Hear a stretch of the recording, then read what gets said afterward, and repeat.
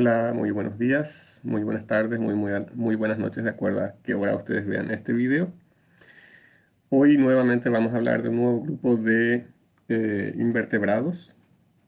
Recuerden que los primeros videos el primero fue de evolución de los invertebrados, el segundo fue de los protozoarios o predecesores o antecesores de los invertebrados o de todos los animales, solo que nosotros hacemos énfasis en los invertebrados no artrópodos. Luego hablamos de los poríferos y ahora toca hablar de los nidarios. Los nidarios incluyen a hidras, medusas, anémonas de mar y corales, que hablaremos de cada uno de ellos con detenimiento más adelante. Los nidarios tienen simetría radial primaria. Como habíamos visto en el primer vídeo, los primeros eumetazoos, los eumetazoos más primitivos, tienen simetría radial. ¿Qué significa esto de simetría radial primaria? Que el individuo al desarrollarse ya se forma con esta simetría radial y tiene esta simetría radial primaria.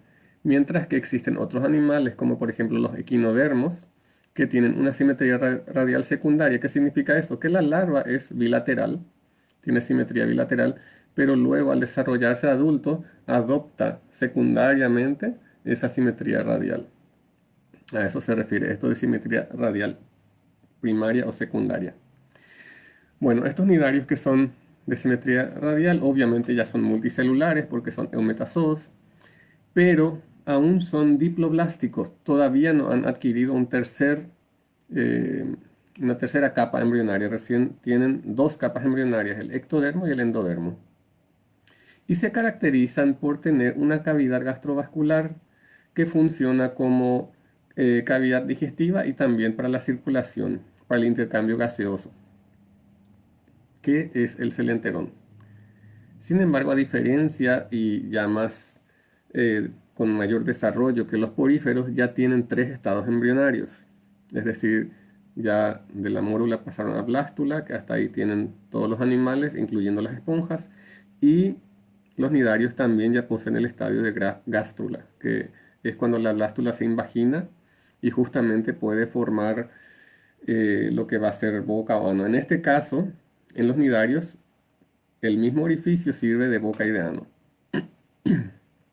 Son de agua dulce algunas, como las hidras hidrozoos, pero la mayoría son marinos. Pueden ser solitarios, como algunas hidras, como las anémonas de mar, como las medusas, o pueden formar colonias y colonias muy grandes, como por ejemplo los corales. Los corales que son muy apreciados como ornamentos y tienen una gran importancia ecológica. Acuérdense que a los corales se los compara, o sea, a los arrecifes de coral se los compara con los bosques pluviosos del mar. Es decir, son un sustrato para una diversidad biológica impresionante. Aquí tenemos como ejemplo a las hidras, que son del grupo de los hidrozoa o hidrozoos. Es un grupo muy diverso que vamos a verlo más adelante. Luego tenemos a los sifozoos, sifozoos o sifozoa, que son las medusas. Luego tenemos a los antozoa o antozoos, que pueden ser anémonas o pueden ser corales. Bueno, como característica de los nidarios, carecen ya de poros y espículas, que son características de los poríferos. Sin embargo, tienen tentáculos. Se caracterizan por tener tentáculos y estos tentáculos son evaginaciones en la pared del cuerpo. Los tentáculos rodean a la boca y sirven para capturar la presa, sea que tengan forma de, como las anémonas o forma de medusas, van a fijarse que siempre tienen tentáculos que rodean a la boca. También tienen una estructura especial, unas células especiales urticantes que se llaman nidocitos, que tienen justamente como em, una estructura a su vez que puede vaginarse, muy similar a lo que vimos en los protozoarios, a los tricocistos. Bueno, en este caso son células enteras que se llaman nidocitos que tienen nematocistos y que poseen un líquido urticante que se llama actinocongestina. Si bien en el estado embrionario tienen dos capas embrionarias, ectodermo y endodermo, la pared del cuerpo consta de 3 capas básicas. El epitelio externo o epidermis, que deriva justamente del ectodermo embrionario. El epitelio interno o endodermis, también llamado gastrodermis, que recubre la cavidad gastrovascular y deriva del endodermo embrionario. Y entre estas dos capas se forma una capa gruesa de tejido conjuntivo fibroso, que puede ser más o menos rígido, puede ser más o menos gelatinoso, y que se llama mesoglea. Los nidarios tienen dos formas básicas. La forma de pólipo, que es sésil, generalmente es tubular o cilíndrica, con el extremo oral o el extremo que tiene la boca hacia arriba, y el extremo aboral, es decir, el contrario a la boca, fijo al sustrato a través de un disco pie o discopedio. Tienen generalmente la mesoglea fina y más fibrosa. Luego está la forma medusa. La forma medusa es libre, es de natación libre, tiene aspecto de paraguas o campana y tiene una cara convexa hacia arriba, donde está el extremo aboral y el extremo oral o la boca en el centro, en la cara cóncava que está hacia abajo. Los tentáculos cuelgan hacia abajo en el borde umbrelar o en el borde de justamente esta estructura con forma de campana. En este caso, la mesoglea suele ser gruesa y menos fibrosa, sino más gelatinosa. Aquí vemos justamente un esquema de estas dos formas, la forma pólipo y la forma medusa, que básicamente es la misma forma, solo que dada la vuelta, y en un caso son libres para la natación, en otro caso se pueden fijar al sustrato. Y como ven, la mesoglea es muy fina en los pólipos y bastante gruesa en las medusas. Abajo vemos la estructura que les caracteriza y que les da el nombre, que son urticantes. Nidaria es porque son urticantes y es porque generalmente, sobre todo en los tentáculos, tienen muchos nidocitos o células urticantes. A la izquierda vemos un nidocito con el nematocisto invaginado, pero ellos tienen unos cilios en el extremo por donde va a salir el nematocisto. Estos cilios o nidocilios, al rozar por alguna estructura que puede ser o algún enemigo o alguna presa, eh, evaginan o disparan el nematocisto hacia afuera. Aquí otro tipo de esquema donde podemos ver justamente la boca en el medio. Aquí está la boca. Esta porción que está debajo de la boca le llamamos hipostoma, que significa justamente hipo debajo y stoma boca, debajo de la boca. Luego vienen los tentáculos. Como ven, los tentáculos son una prolongación o una evaginación de la propia pared del cuerpo y hay porciones de la cavidad gástrica o del celenterón dentro de los tentáculos. Los tentáculos son huecos y se prolongan con la cavidad gástrica. Lo mismo sucede en las medusas. En las medusas, aquí tenemos la boca y la cavidad gástrica también, el celenterón en muchos casos penetra dentro de los tentáculos. Aquí vemos, bueno, aquí con fines didácticos se muestra un poquito más gruesa la mesoglea. Sí puede ser bastante gruesa, por ejemplo, en las anémonas de mar, pero es mucho más fibrosa y rígida, y en las medusas es mucho más gelatinosa. Al clasificar las diferentes clases de nidarios, se tuvo en cuenta la forma y estructuras que presentan para clasificarlos.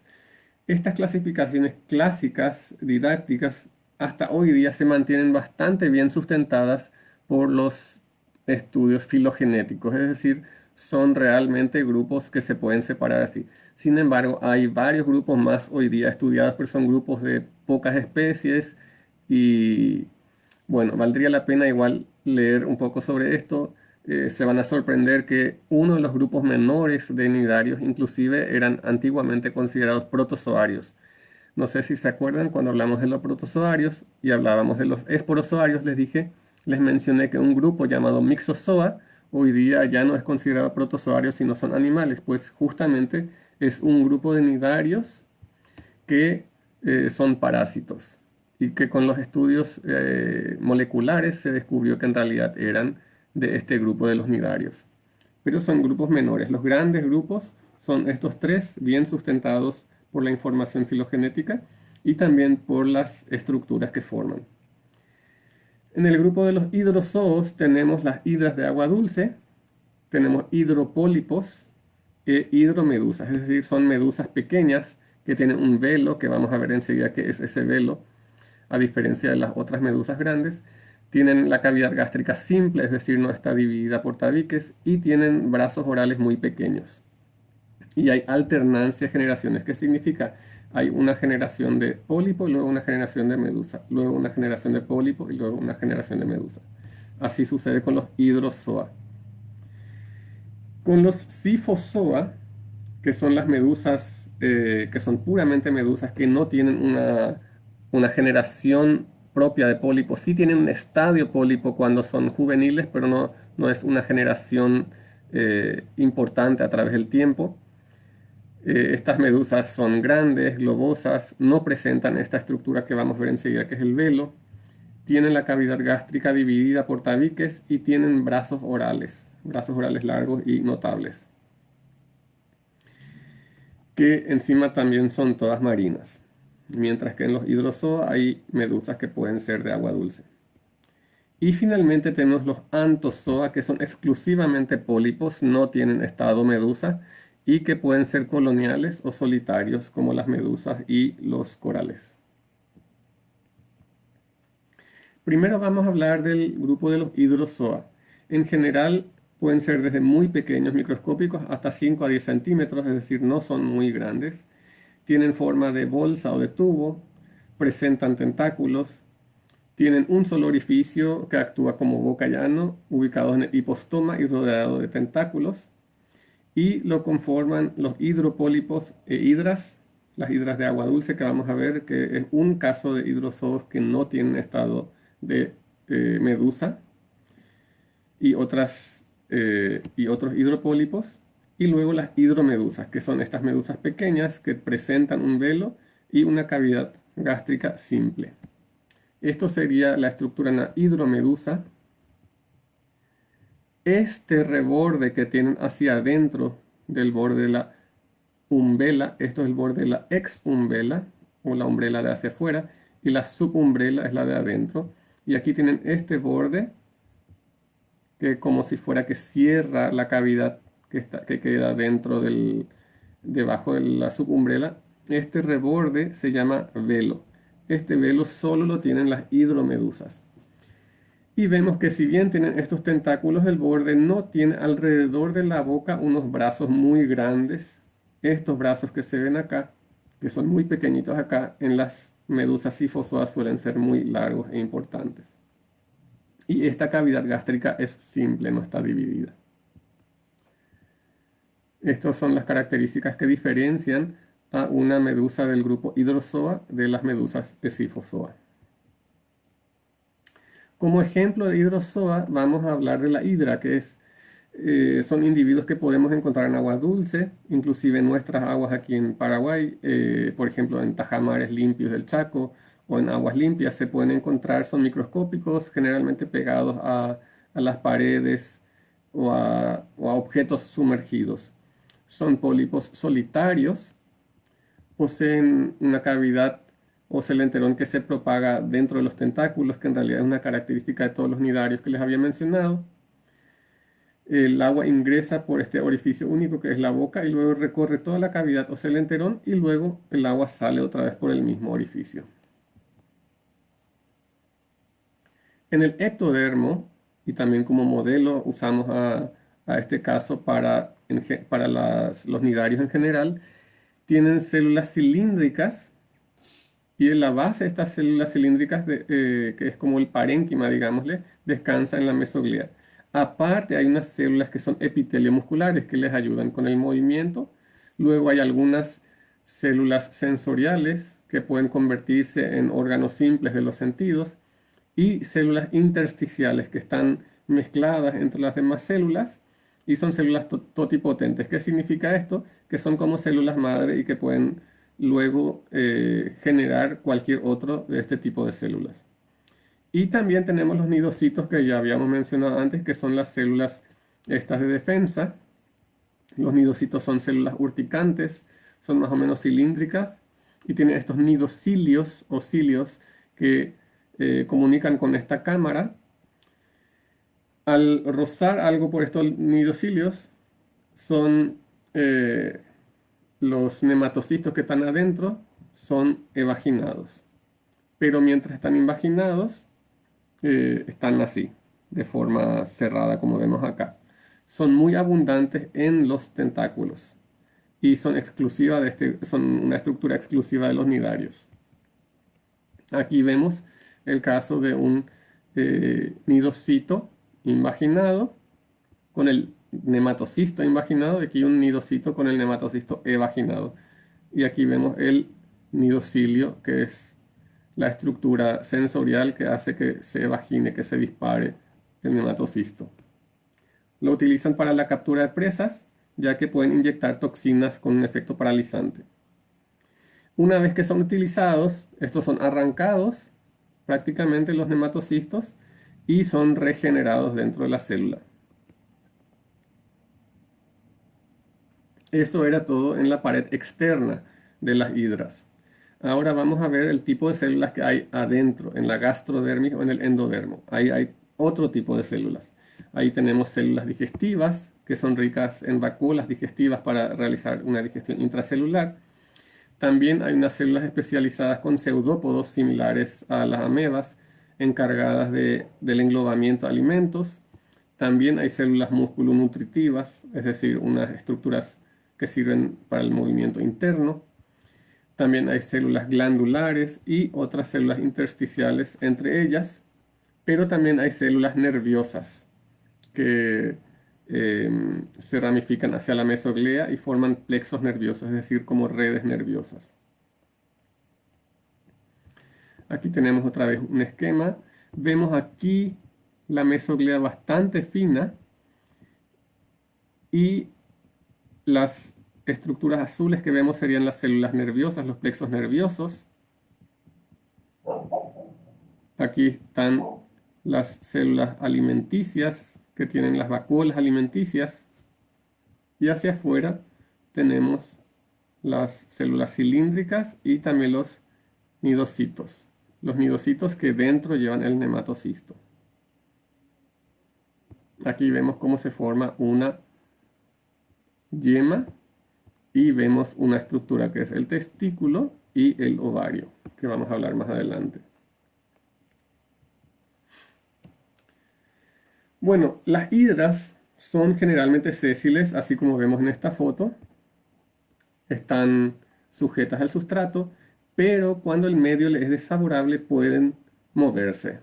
Pueden moverse de diferentes formas. De una forma es por volteretas, es decir, que bajan los tentáculos, se adhiere al sustrato, luego desprende el discopedio del sustrato y quedan con el discopedio hacia arriba y así van girando hasta llegar a un lugar donde esté más rico de nutrientes. Otra forma de moverse es por reptación. Bajan los tentáculos al piso, al suelo, al sustrato y arrastran el discopedio sin despegarlo del suelo. Más o menos como unas orugas o gusanitos. Y la tercera forma es por natación. No es una natación activa, pero se desprenden del sustrato y se dejan arrastrar por la corriente. Aquí tenemos un esquema de cómo es por volteretas. Lleva los tentáculos hacia un lado, los adhiere al sustrato, luego se forma con una pequeña bola, levanta el discopedio, lleva el discopedio hacia adelante y vuelve a incorporarse de nuevo.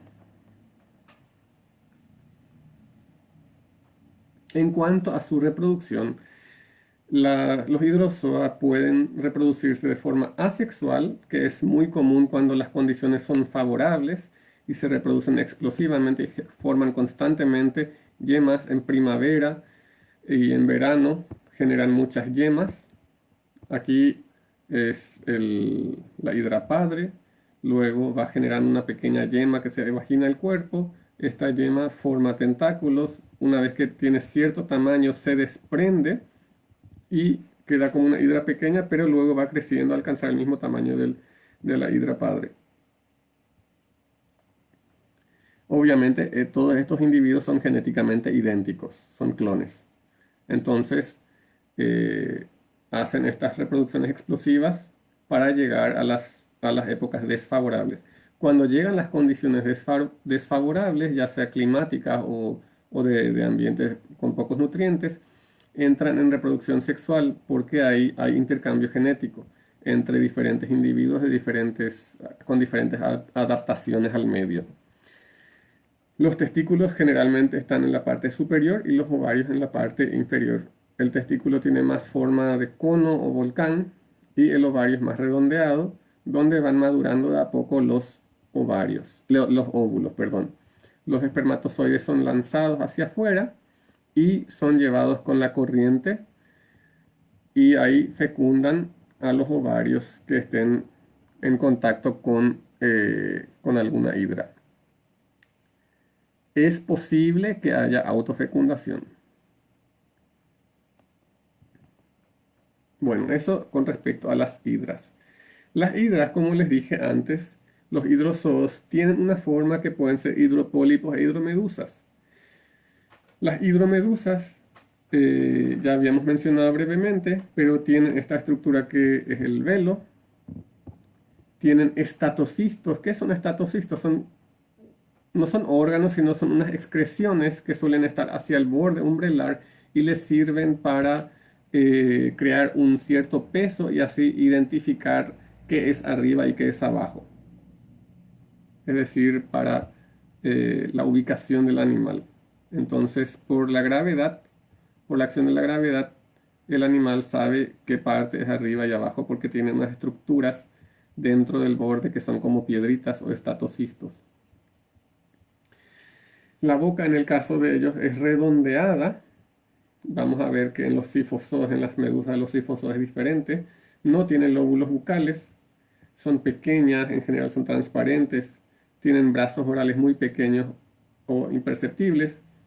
Esta estructura llamada manubrio es redondeado y son nadadoras libres, por eso son medusas. La superficie externa de la campana se llama exumbrela y la cara interna se llama subumbrela. Y esta estructura dentro de la cual está la boca se llama manubrio. En el borde de la campana se dobla hacia adentro y se llama velo. Y nada, esas son las estructuras que vemos.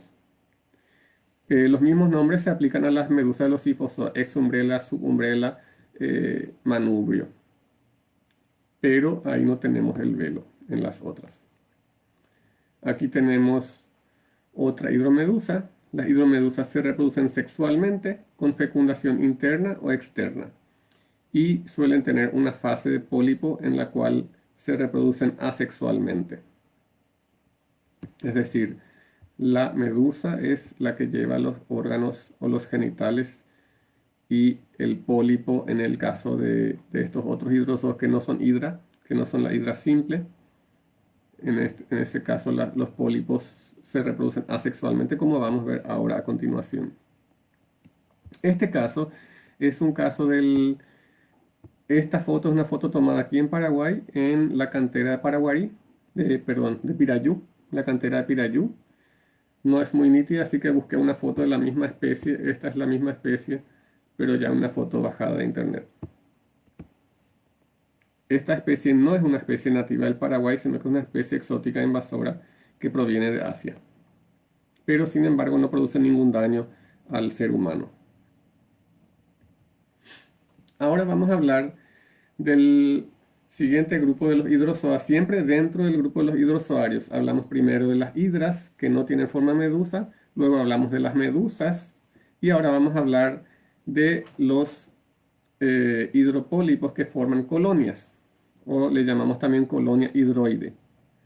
Son de forma pólipo, presentan alternancia generaciones, donde las medusas son unisexuadas, es decir, tienen medusas machos o hembras, pero casi toda la vida permanecen como una colonia de hidroides, que vamos a ver enseguida un esquema. Y la digestión puede ser intracelular y extracelular. Este es un caso de una colonia hidroide. Estos son todos como pequeñas hidras o pólipos, sin embargo, solo se reproducen asexualmente, es decir, se pueden formar yemas y yemas y más yemas, y de vez en cuando, en ciertas circunstancias, se reproducen aquí estos pólipos, se van dividiendo y desprendiendo como pequeñas medusas. Luego estas medusas crecen en el agua y esas medusas sí son las que se van a reproducir sexualmente, como vemos en este esquema. Tenemos medusas unisexuales, hidromedusas. Estas hidromedusas pueden ser machos o hembras. La fecundación se realiza en el agua. Luego nace una larva. Esta larva se adhiere al sustrato y empieza a crecer. Se forma un pólipo y este pólipo se va ramificando numerosas veces. Y tienen pólipos de diferentes estructuras. Pólipos que se alimentan y pólipos que se reproducen. Los pólipos que se reproducen es que por división asexual van generando y generando y generando nuevas medusas cada rato.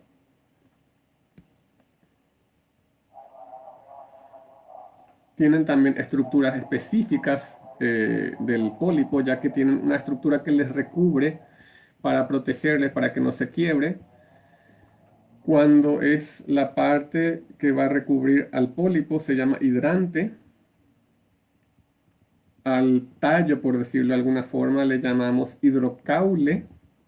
Y a la raíz, por decirlo de algún modo, le llamamos hidrorriza.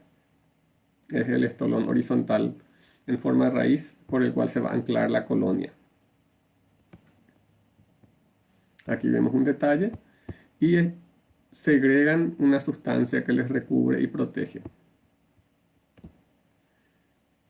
Bueno, todo esto que vimos ahora, hasta ahora, era solo el grupo de los hidrozoarios.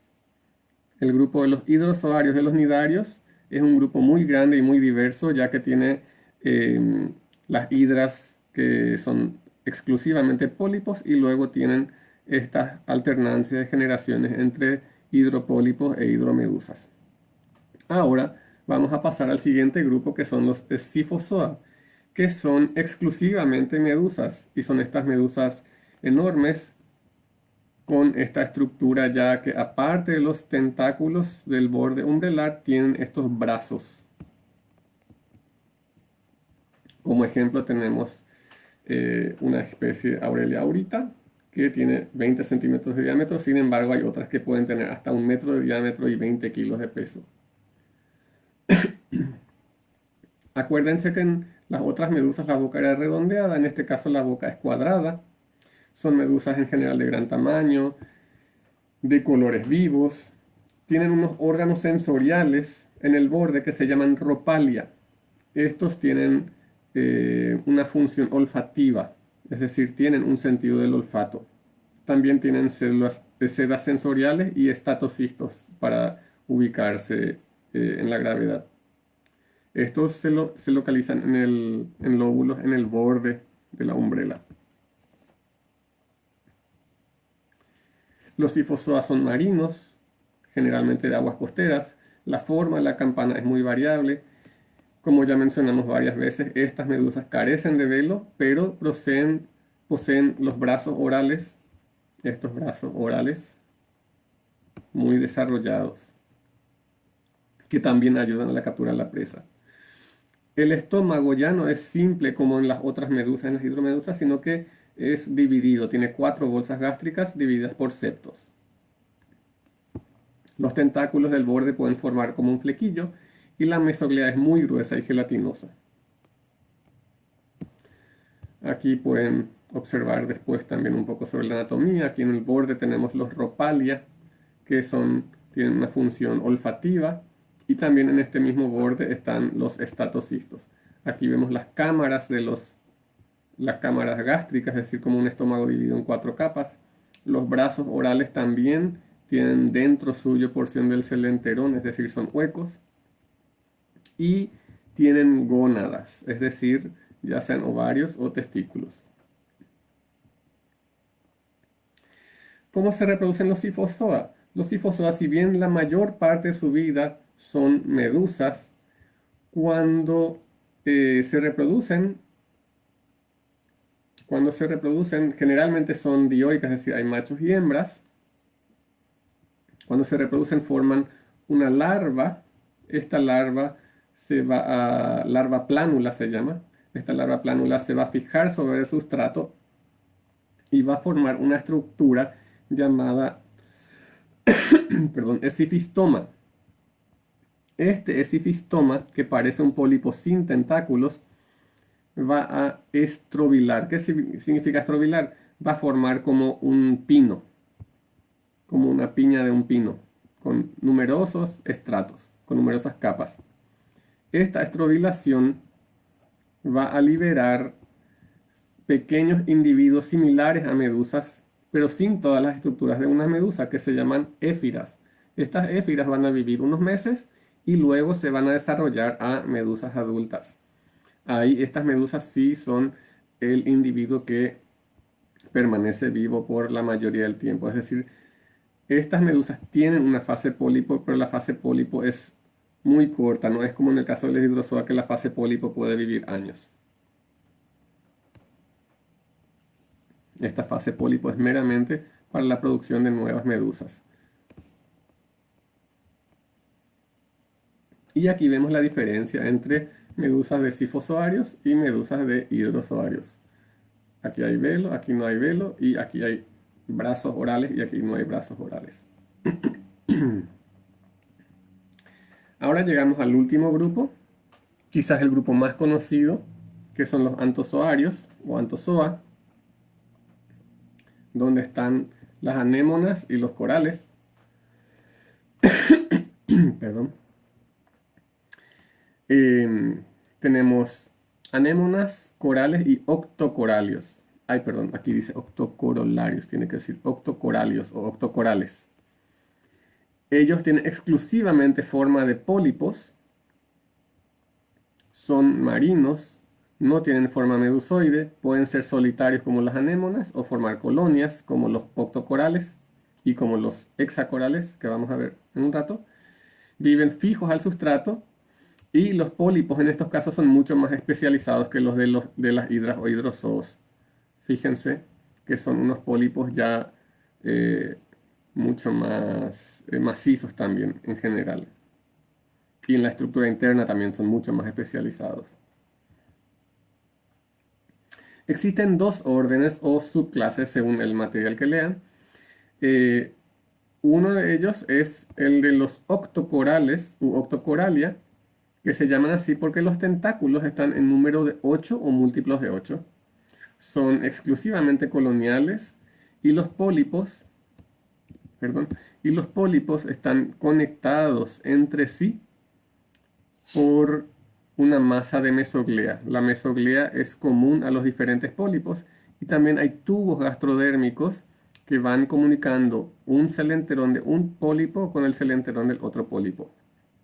Y hay una varilla central que es secretada por la colonia y que lo sujeta. Esta varilla puede ser simple, como en este caso, o puede ser una varilla ramificada, como en este caso, que son las gorgonias o abanicos de mar. Una forma muy fácil de saber que un octocoral es un octocoral sin contar que tiene 8 tentáculos es ver los tentáculos que tienen estas pequeñas espinas o pínulas o pinas. Los tentáculos pinnados son una característica de los octocorales. Luego tenemos los hexacorales. Los hexacorales o hexacoralia tienen los tentáculos en 6 o múltiplo de 6 y son las anémonas y todos los demás corales que no son octocorales, los hexacorales y las anémonas. En el caso de las anémonas son solitarias, en general son bastante grandes, tienen una mesoglea bastante fibrosa, no es gelatinosa como las medusas, tienen colores vivos, pueden estar en aguas profundas, aguas vivas, en aguas profundas, aguas costeras. La columna es gruesa. En el extremo aboral significa que es contrario a la boca, se forma un disco pie o disco pedio bastante ancho que le sirve para fijarse al sustrato Y en el extremo oral está un disco oral. No tiene esa forma de montañita como en los hidrozoos, que es el hipostoma, sino un disco oral, donde en el centro está la boca y alrededor los tentáculos en múltiplo de 6. Lo que no les había mencionado que en los hidrozoa generalmente tienen tentáculos en 5 o múltiplo de 5. Y aquí baja a un canal ciliado y a una faringe antes de abrirse por completo al celenterón. Igual en la faringe hay septos del celenterón. Aquí abajo tenemos unos septos que pueden llevar en el borde unas estructuras especializadas, ya sea filamentos con nidocitos para digerir los alimentos aquí dentro, o también pueden llevar gónadas por el borde. Esta estructura de la faringe con el canal ciliado y que pueden expulsar agua con fuerza se llama sifonoglifo. El sifonoglifo ayuda a la circulación del agua. Estos septos se llaman sarcoseptos. Cada septo de la zona gástrica se llaman sarcoseptos y pueden llevar nidocitos. Ellos se alimentan tanto de invertebrados, pequeños crustáceos y vertebrados como peces. Tanto el intercambio gaseoso como la excreción se hace a través de la superficie del cuerpo. Y su reproducción puede ser asexual por gemación, similar a como se hace en los hidrozoos. Y si la yema permanece junto al progenitor, se va a formar una colonia, como en el caso de los corales. Y también por reproducción sexual, por gametos. Los espermatozoides son arrastrados hacia afuera por las corrientes del agua y fecundan luego a otros individuos. Es muy raro que pueda haber fecundación, autofecundación, ya que son arrastrados hacia afuera. En el caso de las colonias, estas se forman porque ellos pueden formar un esqueleto. ¿Cómo se forma un esqueleto? En la base se forma por deposición de cristales un esqueleto por carbonato cálcico sobre una capa mucosa que está justo encima del discopedio. Aquí, por ejemplo, estaba el discopedio. Encima del discopedio se forma una capa mucosa, en esta capa mucosa se deposita carbonato de calcio en una forma de copa. Luego se van formando una serie de tabiques. Estos tabiques que vemos acá es porque entre un tabique y otro hay un sarcosepto, uno de esos septos del individuo.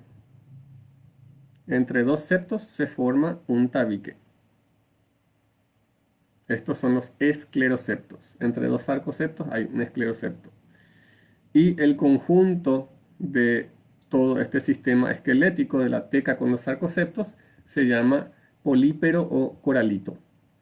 Cuando estos se juntan de un mismo individuo, forma aquí otro individuo, aquí otro individuo, aquí otro individuo, eso forma las colonias.